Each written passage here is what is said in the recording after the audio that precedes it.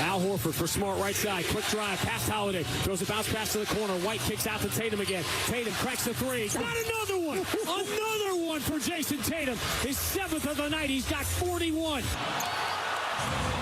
Welcome to Celtics post-game live presented by your New England Ford dealers and Ford trucks. Eddie Housescow, Amina Smith here with you. The Celtics win big on the road in Game 6 against the Bucks, 108-95, and Jason Tatum deep in his bag, 46 points tonight. Eddie, what did the Celtics show you in this elimination game?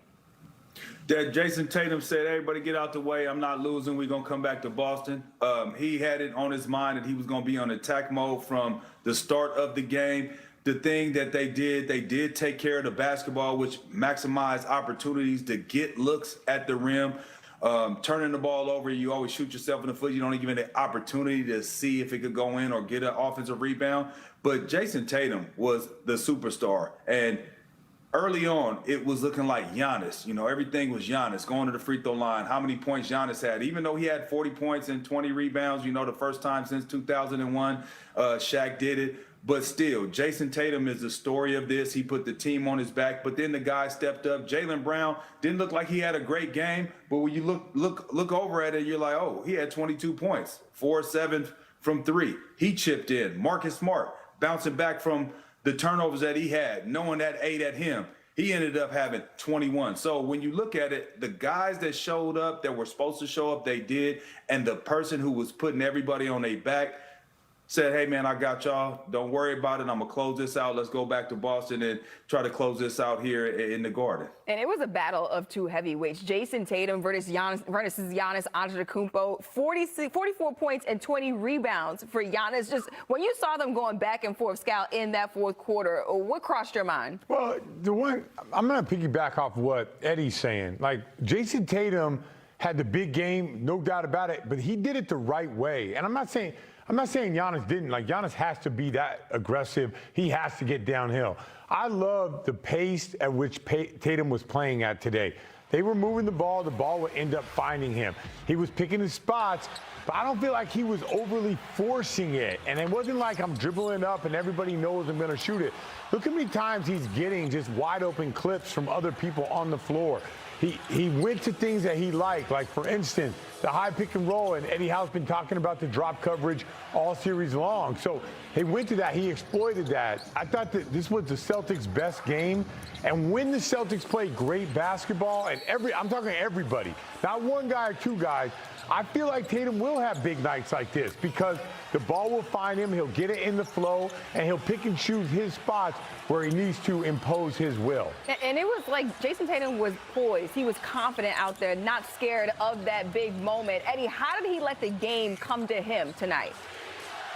Well, I think early on he just took whatever the game was giving him. If it was a 3, he took the 3. If it was a mid-range shot, he would get it. If it was getting to the rim, or if it was making a play for his teammate, he allowed the game to come to him. And think about this. Look at these highlights we're seeing. Everybody is getting it. He's giving it to everybody.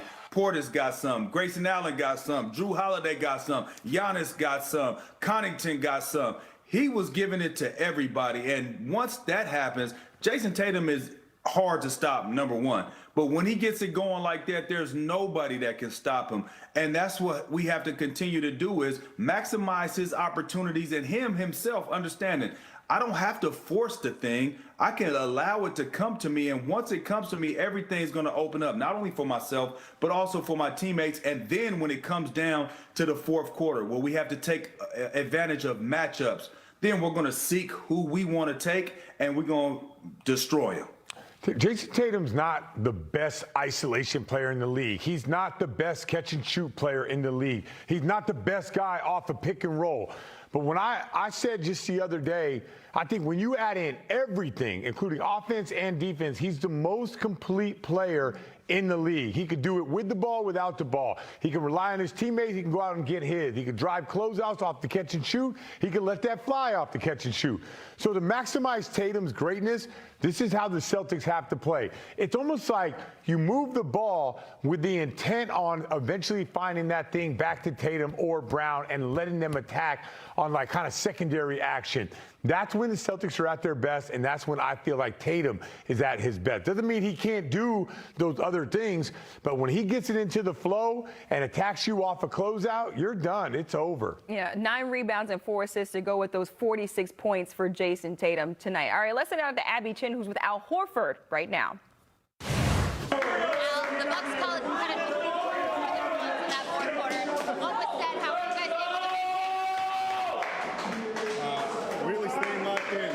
We learned from Game 5 at home, was not executing how we needed to on offense. In this game, we were so poised, executing, moving the ball, doing what we needed to do, and defensively just staying solid. Speaking of Game 5, how would you describe the work you've done by the boards tonight late in this game? Winning plays. Derek, he's a winner. He knows how to play. He's trying to play the right way. I'm so happy for him, the way that he played tonight. And he hung in there and made plays for us down the stretch. Jason Tatum played 43 minutes in this game. When you guys needed him most, what did he give you? Man, he took it to another level. And that's what, big-time players do in moments like this. And he is a special player, and he showed it tonight. Poised, knew when to shoot it, knew when to pass it, knew when to attack. We put a lot on him, and he delivered. Al, Ime pregame told me the vibe of this group was confident. You feel that going into Game 7? Yeah, the biggest thing for us is to continue to stay focused, learn from this game, get our rest, and get ready for Sunday. Thank you. Congratulations. Thank you. The Celtics playing with plenty of confidence on the road and winning this crucial Game 6. All right, time now for the Ford Tough play of the game presented by Ford Trucks. Built Ford Tough, and Jason Tatum built Ford Tough on this play. 2 and a foul in the fourth quarter, putting the Celtics up 103-92. 46 points for Jason Tatum tonight. One more look at it, going up, getting the basket, 2 and a foul. Jason Tatum coming up big for the Celtics in this crucial Game 6. A look at that final score from Milwaukee, 108-95. Coming up, the Celtics have home court advantage for a crucial Game 7 in this series. We dive into that and so much more coming up next. Live a look at the series schedule between the Bucks and the Celtics. The series all knotted up at 3 apiece. Game 7 set for Sunday at 3:30 p.m. Scal, Eddie House, Amina Smith back here with you. And guys, I want to take you back to the end of the season when the Bucks were playing the Cavaliers and they kind of dialed it back in order to move down and jockey in the Eastern Conference standings. And now it seems like it's coming back to bite them, Eddie. The Celtics, they have home court advantage for Game 7. Just how important will that be on Sunday? It's big time. It's huge. When you get to Game 7, anything can happen. We all know that. But you would much rather be playing Game 7 at home than on the road. Players feed off the fans feed off of players, off of plays.